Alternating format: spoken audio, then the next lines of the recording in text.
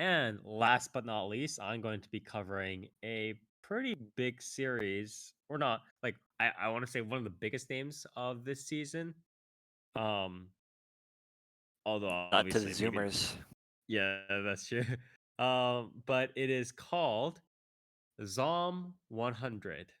100 bucket list of the dead or whatever it is called. I think that's the translation, right? Now, Bucket did you list of watch the the dead. live action or did you watch the I did anime? not, but I kind of want to watch it like after I watch the anime. But yeah, so this is Zom 100 bucket list of the dead, also known in Japanese as Zonhyak, Zonhyak, Zombie ni naru made shitai 100のこと. So this is a manga original written by Asuharo. Asuhara his sort of first work was Alice in Borderland, which was a sort of cult hit by itself. Was pretty popular in its own right. So he's doing this, and it also kind of became a hit.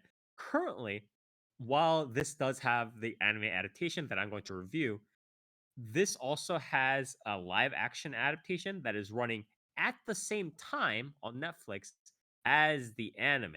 So it's a very interesting combination. But yeah, both the live action and the anime are kind of running at the same time, or exactly at the same time, rather.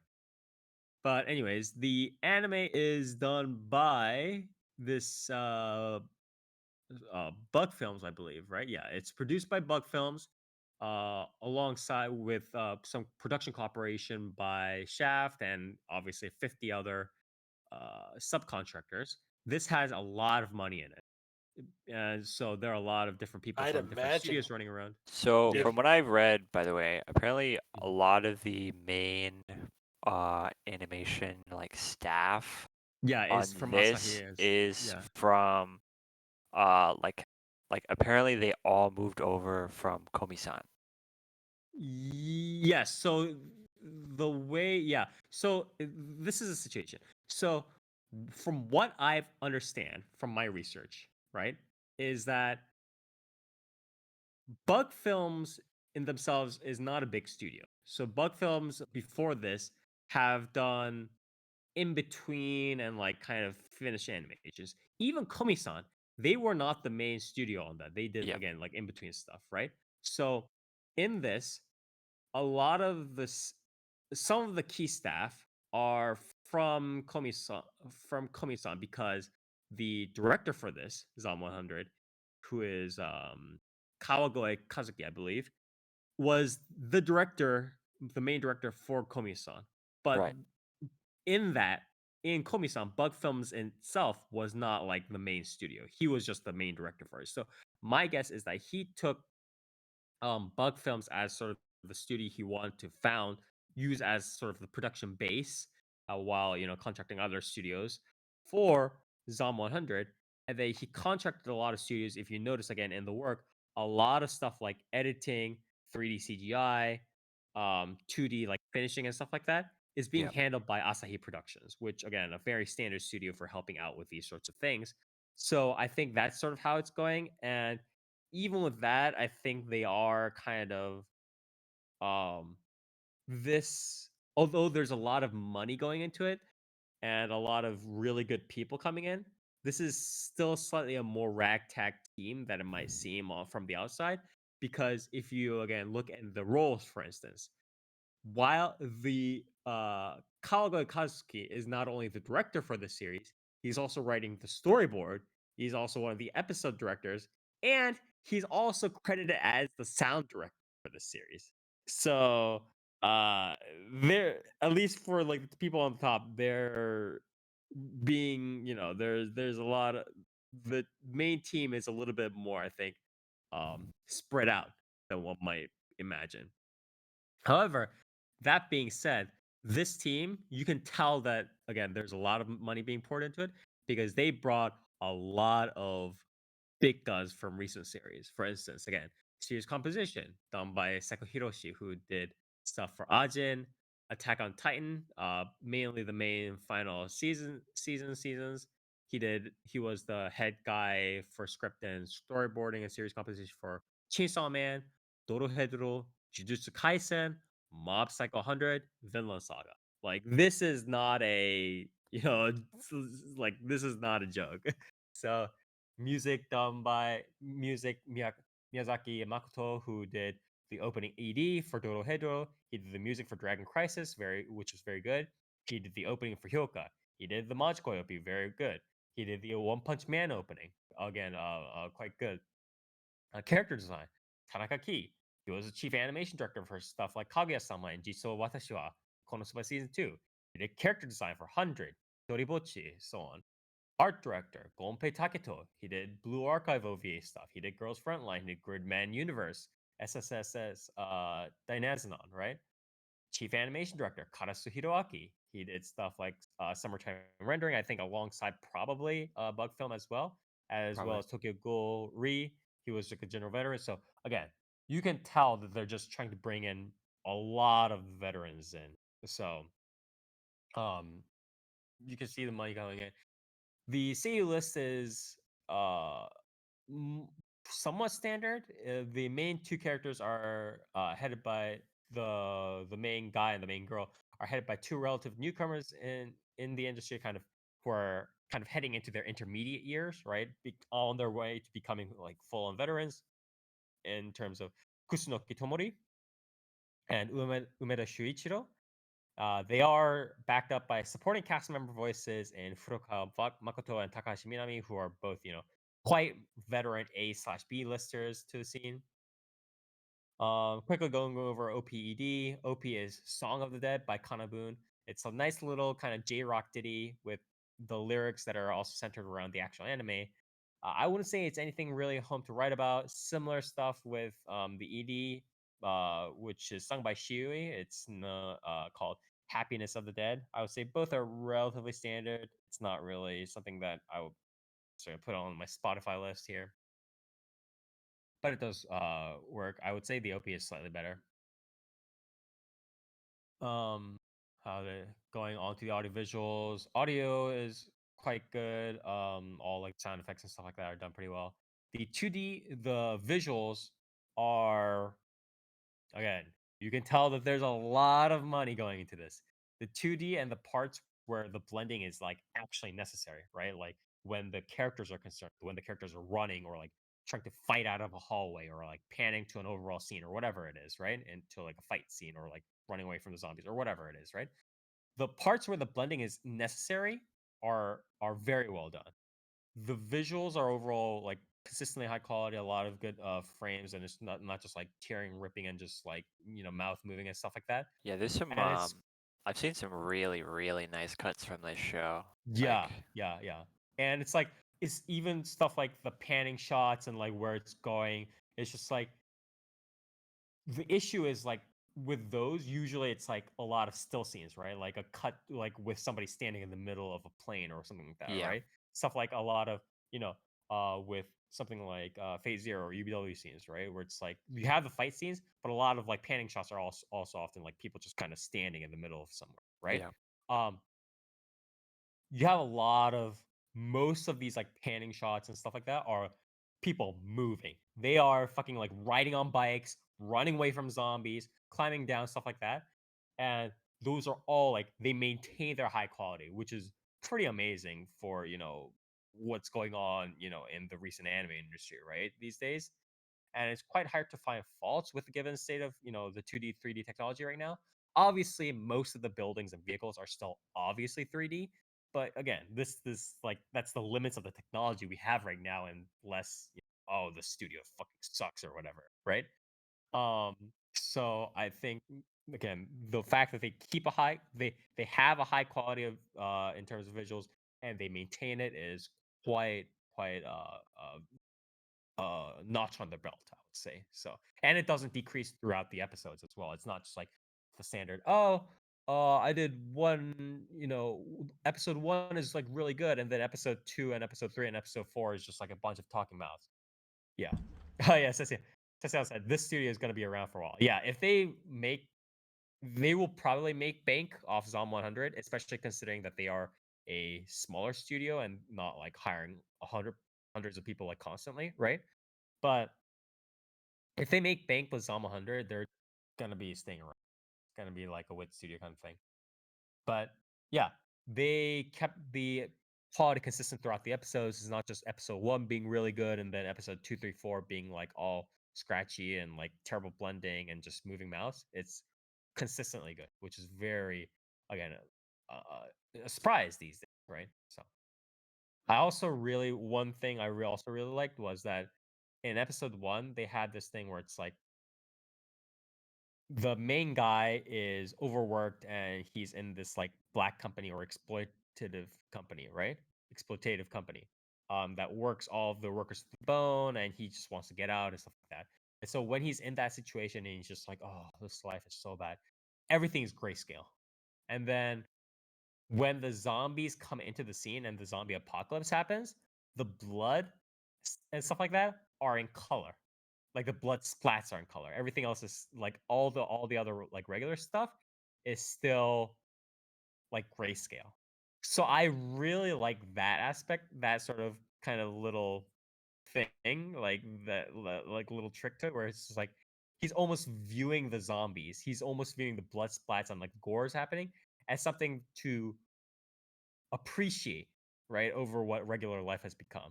Because in his view, everything else is grayscale. Everything else, he would rather see the zombies rip up stuff and just like be able to kind of roam and be free than live one more moment in his dreary, everyday office life, right? And again, in episode one, when he like realizes, oh, I'm free, then his world is like colored. I really like that sort of like little um kind of addition to the episode. So definitely very high points on the audio visuals, I think, overall. So just a quick summary again. The main guy, Tendo Akira is just he was initially eager. He was like, "Oh, I want to get into this production studio company. I'm gonna do all the things." And then he finds out he's in a black exploitative company. Um, he gets worked to the bone. He's super tired every day. He's dreary. He's like, "What am I working at this company for? Everything's gray." And then the zombie apocalypse occurs, and he realizes he's free. He can do, whatever he wants to, as long as he doesn't get eaten by the zombies, right? So then he goes out. He tries to do all the things he wants to do, and he sets out to fulfill and make a list of 100 things to do before he gets eaten by a zombie or he becomes a zombie, right? So the rest of the series is him meeting with sort of regular cast members, some of his friends, some acquaintances later down the road and stuff like that. While each episode is about kind of fulfilling one or a couple of things on his bucket list at a time, right? Or like one thing on his bucket list, couple of things bucket list at a time. So this pretty I would say the overall pacing and tone is a slower, lighthearted series. It definitely has a pretty strong core of comedy that it tries to emphasize a lot of the time, or emphasize constantly throughout the episode and throughout the series. And I would say the overall tone of it is pretty light, but it still kind of brings into the question the main themes. So it's like, what do you want to do in life, right? Like, why are you like working, or like if you're working at some place that you don't want to, or if you're doing something that you don't want to, why are you doing it? Like, what are you trying to chase in life, right? That's sort of the general theme of the series. Like, how are you going to spend your time on Earth, right? So I think it does that quite well. I didn't expect after Oshinoko to be able to find another series so quickly, right, this year that really helped capture sort of part of the mood of the times, right? Sort of help capture the zeitgeist. Um, and while Oshinoko really helps capture sort of the social media aspect of it, how people can be kind of casually cruel in both, stuff like the industries as well as online, I think, and like kind of hide, their real selves or whatever it is, right? I think this also again does a decent job of pretty decent job of kind of doing the talk about what are we doing in life, right? Are we just going to be kind of work drones all day, just corporate slaves, or like what are we trying to chase? Like But sometimes like having a job, it's not like all jobs are bad, but it's like what are we trying to aim for? Like how our views kind of mix. And it's not just like, oh, just do whatever you want in life kind of stuff, but it has a lot of mixed perspectives from different characters. Like some characters talk about how they really like their job. Some characters talk about how they're only really in their jobs because, they want to look good to others, right? Um, and that sort of compare and contrast on differing life and career perspectives from different characters, I think is very relatable. And I think again, it captures the zeitgeist of the times pretty well. I said zeitgeist of the times. What the hell? It captures the zeitgeist of sort of the current decade or so that we've been living in quite well. So Now hold on there, Spire. yeah, Are you saying it's Are you saying it's just as good as Oshinoko? no, I Okay, said making sure. specifically Making sure. that it captures. It's another series that came on right on the heels of Oshinoko that helps capture some of the mood of sort of this social mood that we were living in. You know what I mean? It's like just every day, just working day in day out for like our corporate overlords kind of thing, right? Whereas again, Oshinoko is kind of capturing that mood where it's like um being cruel on social media or like hiding stuff as a person, on social media or whatever stuff like that, right? So it captures different parts of the social societal issues that we're going through now. But I think also that sort of the deeper themes aside, I think the comedy is also quite well done. They kind of push like a general idea really quick for like a couple of seconds to a couple of minutes, right? For instance, like, oh, we're all in the black company, we're all doing this. They push that for like a couple of for a couple of minutes. Or like, oh, we're just gonna party and just go crazy, and like they do that for like a couple of seconds, 30 seconds or whatever. And I think they push those pretty well, but it's not to the point where it's just overly cheesy. So I do like it. And they kind of keep it, they don't try to push the length of it too much. So it's not going to be just comedy and like them doing the slapstick or trying to go on this adventure just for the comedy for like an entire 10 minutes. It's just like a couple of minutes of comedy slash slapstick here and there, a couple of seconds or 30 seconds of, some comedy here and there. And it's just like nicely sprinkled around. So pretty good. Um,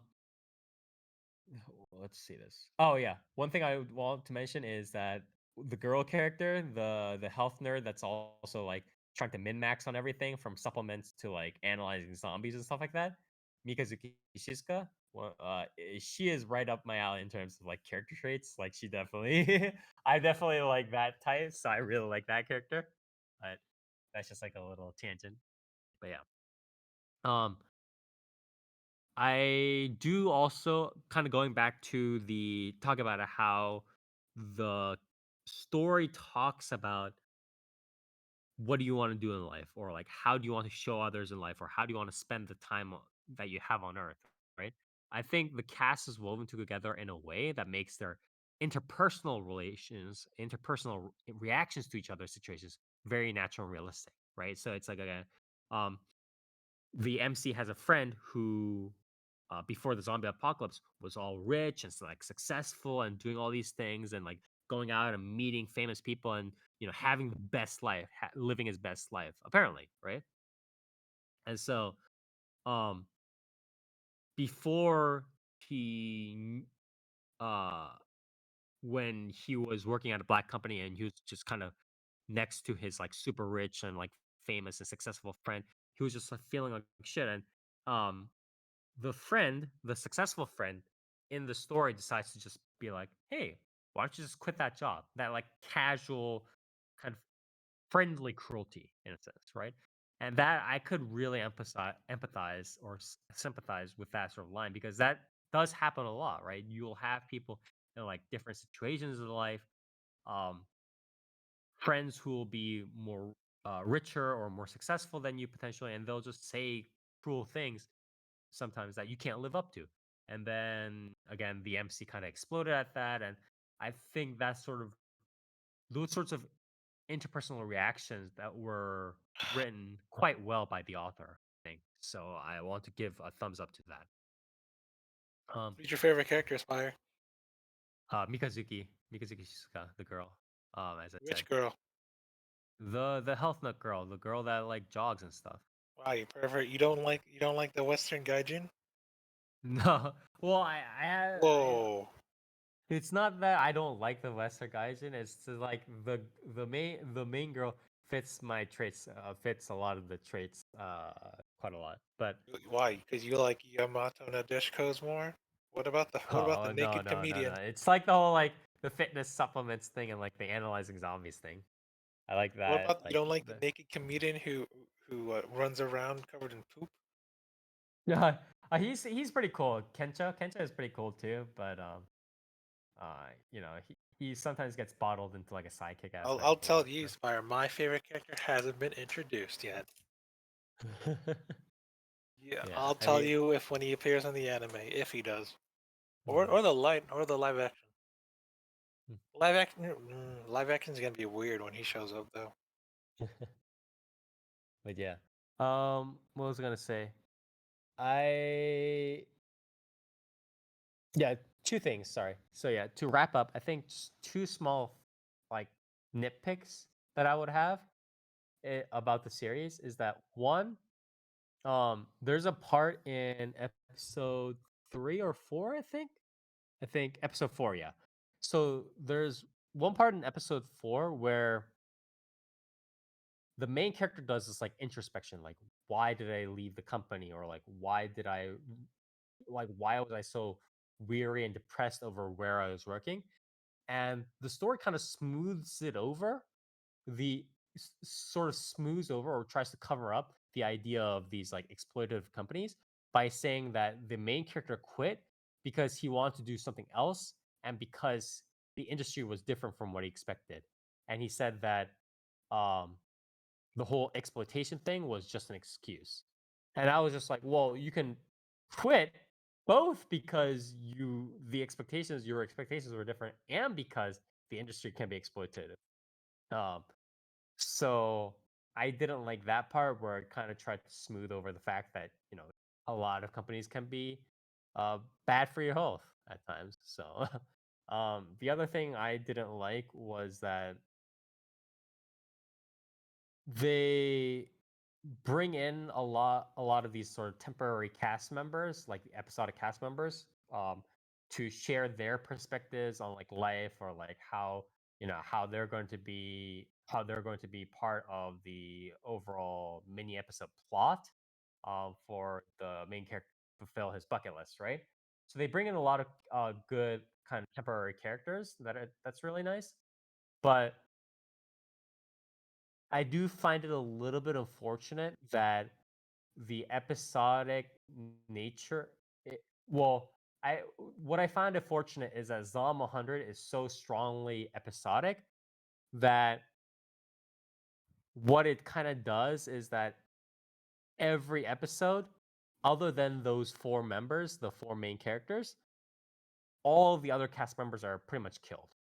So they are taken out at the end of the episode. So you'll have these like developments with the characters, and then they'll just die or whatever. So I do feel it's a little bit unfortunate that the author is um doing that in a more heavy-handed manner and just kind of killing all of the temporary cast members in order to keep the series more episodic and to keep the cast members smaller and more manageable. So I kind of feel that's a little bit more of an artificial part to it all, but it's definitely a smaller nitpick for sure. So yeah. Other than those two nitpicks, I think just the series is very top notch. Audio visuals, very little to complain about. Um, the story, I think it's very obviously it's a zombie apocalypse or whatever, right? The setting is technically a zombie apocalypse, but I do feel that it's still very relatable. All the characters are very realistic and things that you can empathize with, interactions that you can empathize with. And I do really, really, really like how the way this is written and the themes that it talks about and encompasses. So I would probably give this series uh at least an 8.5. I think I would give it an 8.5. For sure, or 8 or 8.5. Like I don't really have much to complain about. Um, I think if there's a slightly more like cathartic moment where while they're talking about life, taxes, and career management, one of the MCs or one of the main characters really says something that um, hits a nerve inside of me. I think I could definitely give this series a 9 or maybe even higher. But I think right now, yeah, it's definitely at least an 8 or 8.5 for sure for me. So yeah, that was my review of Zom 100, also known as Zon 100. What is it? See, yeah, Zom 100 Bucket List of the Dead, also known You as. should watch them both simultaneously, Spire, to tell us which is Yeah, better I in the end. actually do want to watch the live action now. After I watched the anime, I was like, oh, this is like interesting enough, and I wonder how the live action anime kind of pans out. So, I do kind of want to watch it. But yeah, it is Zon 100 ゾンビになるまでにしたいのこと。It is a manga original again by Asaharu. Asaharu, the author originally behind Alice in Borderland. So please do check out Zom 100 if you are interested in this sort of talk, episodic comedy plus talk about life and life and objectives. So